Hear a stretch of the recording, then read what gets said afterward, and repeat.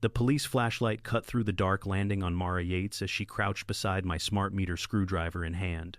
"Step away from the equipment," Officer Delgado barked. Mara froze her face, going pale as the officers closed in. I stood behind them, phone in hand, watching the scene unfold. "You're tampering with utility equipment, ma'am," the officer continued, his voice low and steady. Mara stammered, "I'm the HOA president. I can do this." The officer turned to me, then back to Mara. "No, you can't."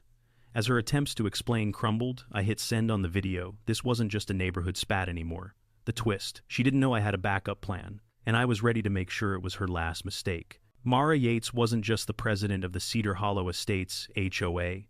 She was a force, a woman who believed she had the right to dictate how we lived, what we owned, and even what we could do with our own property. It didn't matter if you followed every rule to the letter. To Mara, you were always one infraction away from a violation. The first time I met her, I had no idea what I was walking into. It was a Thursday morning, 8:12 a.m. to be exact, and I'd forgotten to pull my trash can in. That's when she appeared. Pastel cardigan, clipboard in hand, her face set in permanent disapproval. "Mr. Lang," she said, her voice dripping with authority, "you're in violation of Rule 4C. She pointed at my trash can like it was a crime scene. I shrugged it off. After all, it was just trash. But Mara wasn't done. "We also need to talk about your smart meter," she added, eyes narrowing with suspicion. I tried to explain. "It's owned by the utility company, not me. I don't control it." But Mara wasn't having it. She waved her hand dismissively. "Everything visible from the street falls under HOA purview, Mr. Lang." That was the moment I realized to Mara nothing was off limits. Not my property, not my privacy, not even the very utilities keeping my lights on. It was just the beginning. When I moved to Cedar Hollow Estates, I thought I had found the perfect place. A quiet neighborhood on the outskirts of town, surrounded by trees with no neighbors too close. As a software engineer who worked from home, peace and privacy were my top priorities. The house was a bit older, but the backyard was big enough for my 3D printer and small workshop.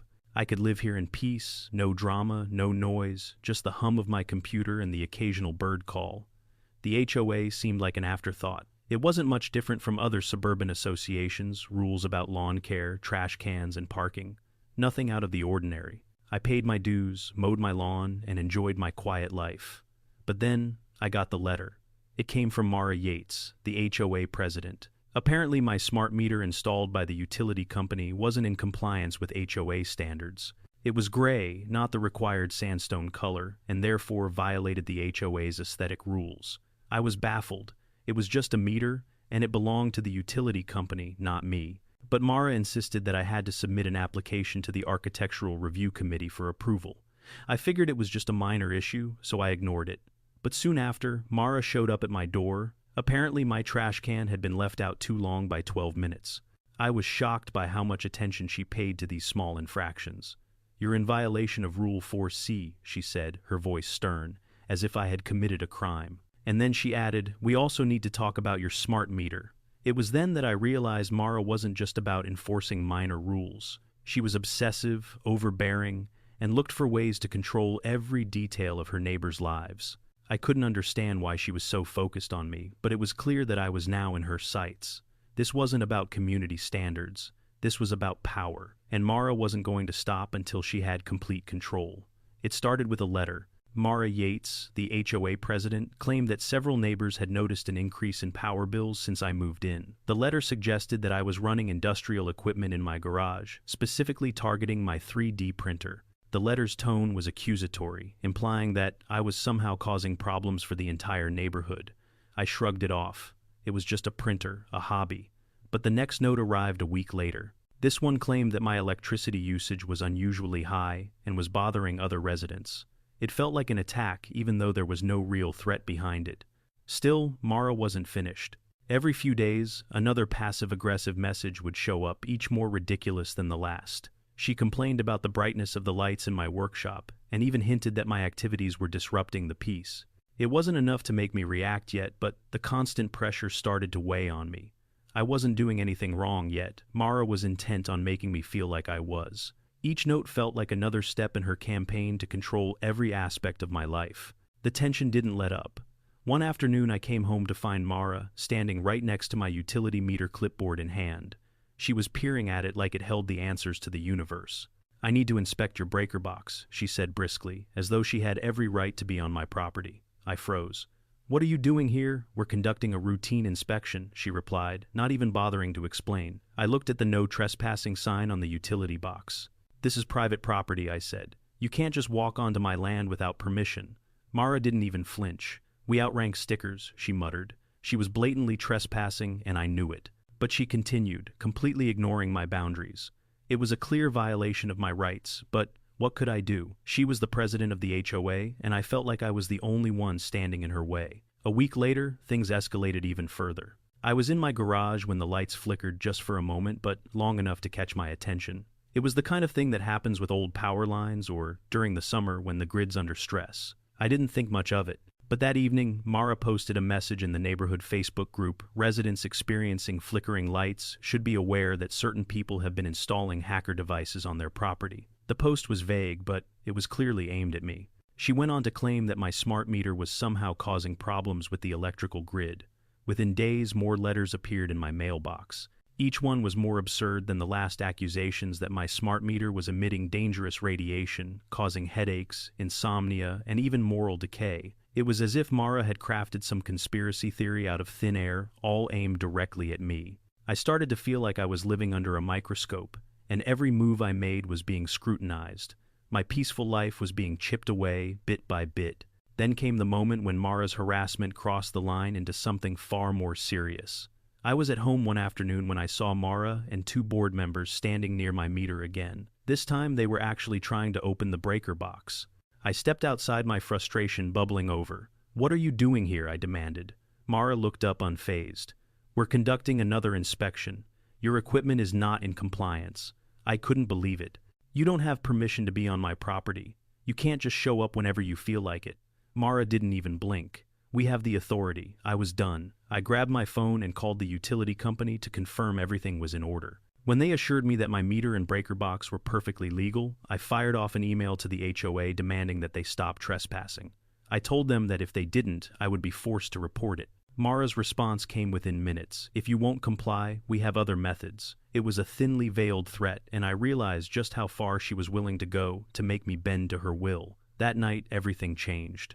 At 11:40 p.m., I received an alert from the utility app, "Unauthorized access detected." My heart sank.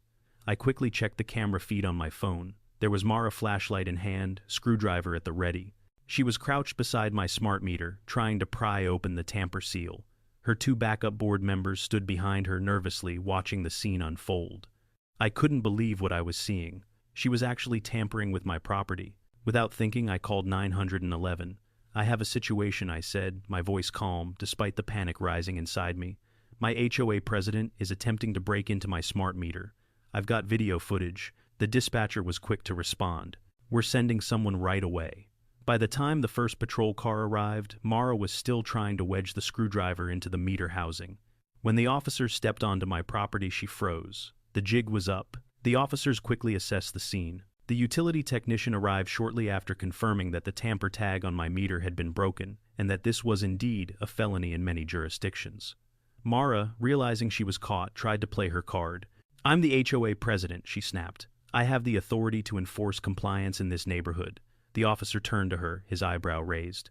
"No, ma'am, you do not." The sound of tires screeching to a halt echoed through the street as the first patrol car arrived. The flashing red and blue lights lit up the dark neighborhood, casting an eerie glow across the yard.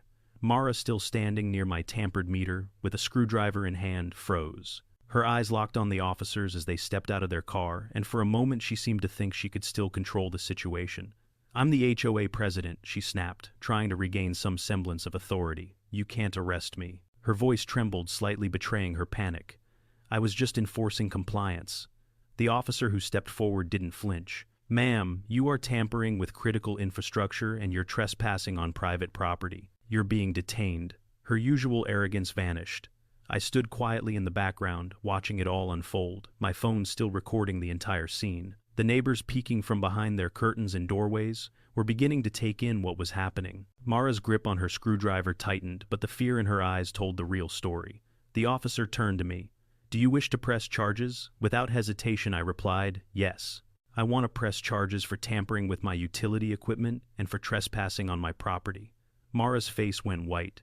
She opened her mouth to speak, but no words came out. She was realizing that her attempts to control the situation were over. The utility technician arrived a few minutes later, looking at the tampered meter with a sense of grim satisfaction.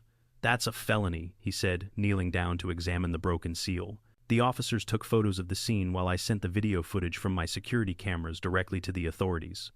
"Everything's on tape," I said to the officers, my voice calm.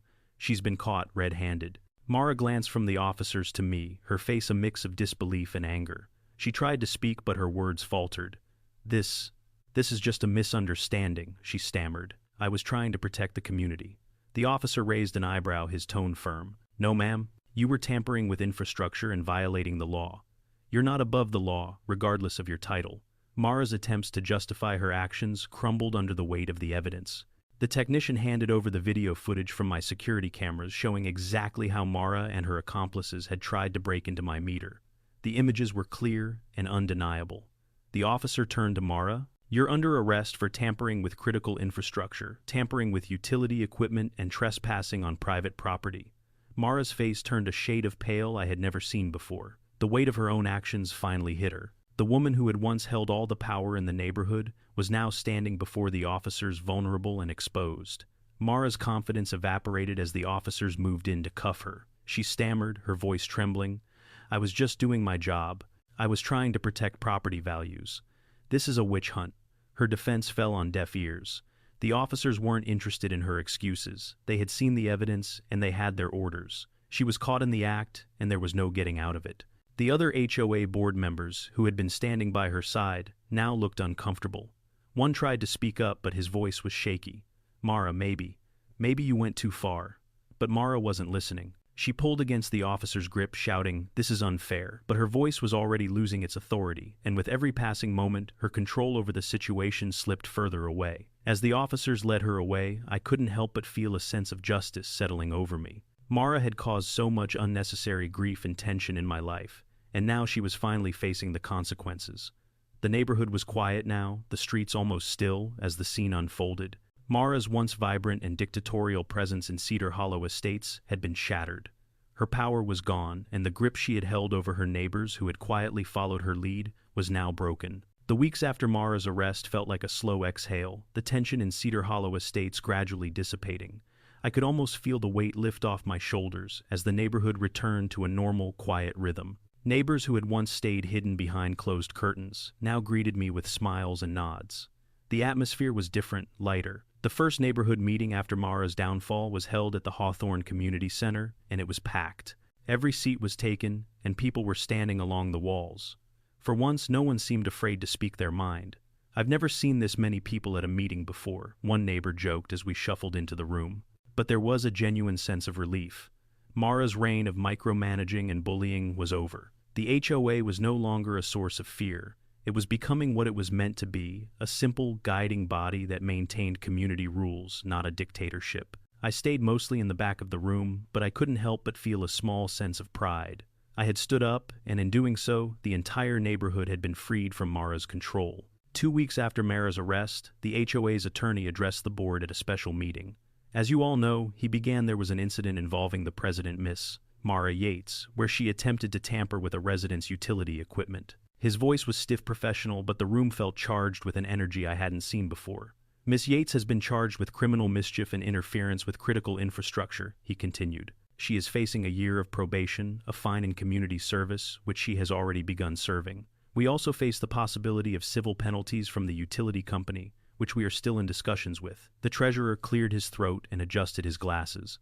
"We will also be facing a special assessment of $850 per household due to legal fees, settlements, and increased liability insurance premiums."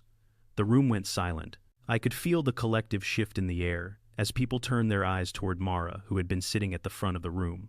But now she was only a shadow of her former self, no longer a leader but a cautionary tale. Mara's actions had cost the HOA dearly, and the burden would fall on the residents.